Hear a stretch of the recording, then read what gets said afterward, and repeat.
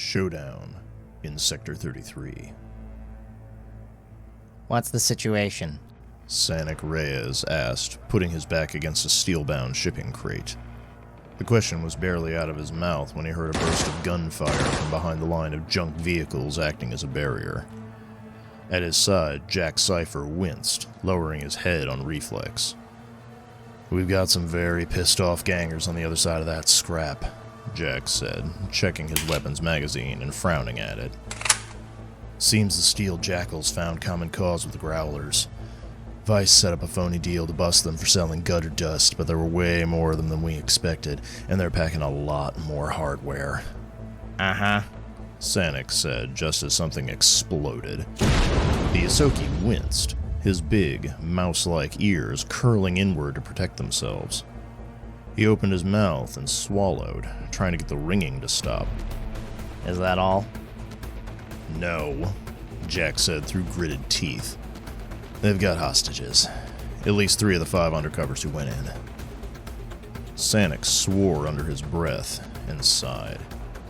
He reached up and tapped the side of his display goggles and brought up the local net traffic and reports. You getting all of this, Strassa? "Yes," the Sheeran hissed through Sanic's earpiece. Good. Sanic said, his eyes rapidly looking over the markers on his heads-up display. Patch me through to the network they're using. "On it," Strassa said. Sanic's long, dexterous fingers worked through the air, tapping on keys and buttons that only he could see. Jack was staring at him, questions in his eyes, but he didn't waste his breath asking what the Asoki was doing. Less than a minute later, Sanic heard the chirp of a channel opening, and half a dozen brusque voices, along with the thunder of the weapons the gangers were firing off. Excuse me, Sanic said, raising his volume as high as he could. which of you is in charge over there? The gunshots stopped, and the shouting got worse. Sanic waited until one voice cut through the others. It was a sibilant, snarling sound that demanded obedience. Silence reigned on the open line. Then after a moment, that singular voice spoke up. "Who the hell is this?" the voice snarled. Sanic watched the voice analysis feature of his connection comb through the database until it found a match. It flashed red, and he nodded to himself. This is Officer Sanic Reyes, the Asoki said. "Never heard of you," the mysterious voice replied. I wouldn't have expected you to, Mr. Thuris, Sanic said. Or do you prefer Black Fang? The line stayed silent for a long moment. Then the Vesk spoke up again.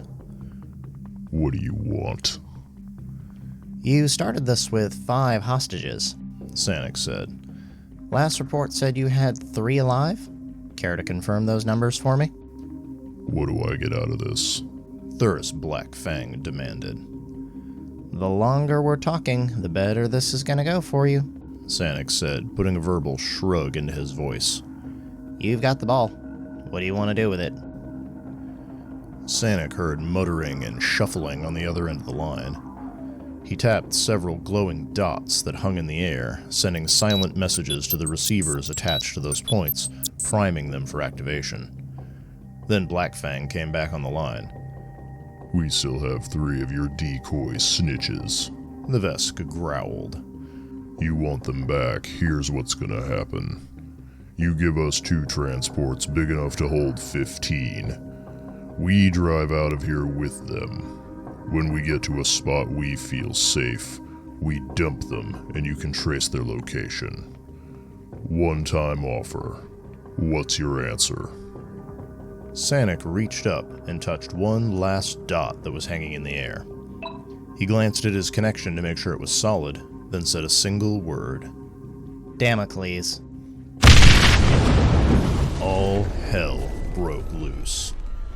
Explosions went off, sending steel and cement flying in all directions. Weapons discharge filled the air, and there were shouts of the wounded and the terrified.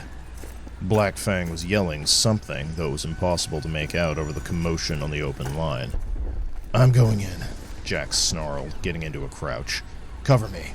No, Sanic said, grabbing the detective by his boot. you're not part of this assault plan. Hold your position until we get the all clear. The assault lasted another 35 seconds, and as it went on, a distinctive sound began to stand apart from the others. It was a heavy, stomping sound, often punctuated by high-caliber discharge and the splatter of what sounded like organ paste. "Not one more step," Black Fang snarled. "Come any closer and..." He never got to finish the threat. There was one final detonation, and the line went quiet.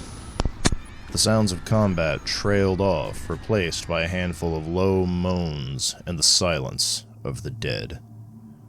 Jack looked down at Sanic. The Asoki took his hand off Cypher's leg and tapped his headset again. Come in, Greatsword, He said, Buster, tell me what's going on in there. Hostile targets eliminated or pacified. Came a rumbling, mechanized voice.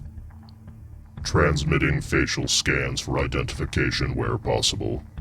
Officers D-Knock, Markwin, and Starheart secured. All three in need of medical assistance. Just like Precinct 13, huh? Sanic said, a tremor of tension in his voice. No. Buster said. No one got away this time. Right. Sanic said, bringing up a separate screen and tapping several new windows. Contacting relief services. Hold your position until you're relieved. Understood. Buster said, closing the line. What the hell was that? Jack demanded. BR0K-19 doing what he was made to do. Sanic said, sighing. Do me a favor, Jack. Get in there and relieve him of command of the site.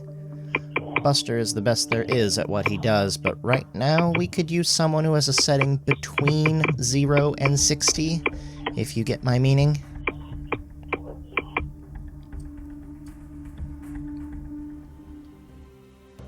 Thank you for staying to the end of this story. Showdown in Sector 33 is the opening fiction of the TTRPG supplement 100 Station Security Officers, which is compatible with the Starfinder RPG. It's been a while since I've done anything for Starfinder, and this is probably the first fiction we've had for it on the channel, so if you enjoy it, please let us know, and maybe we can work on some sequels and follow what is going on in this particular corner of the station.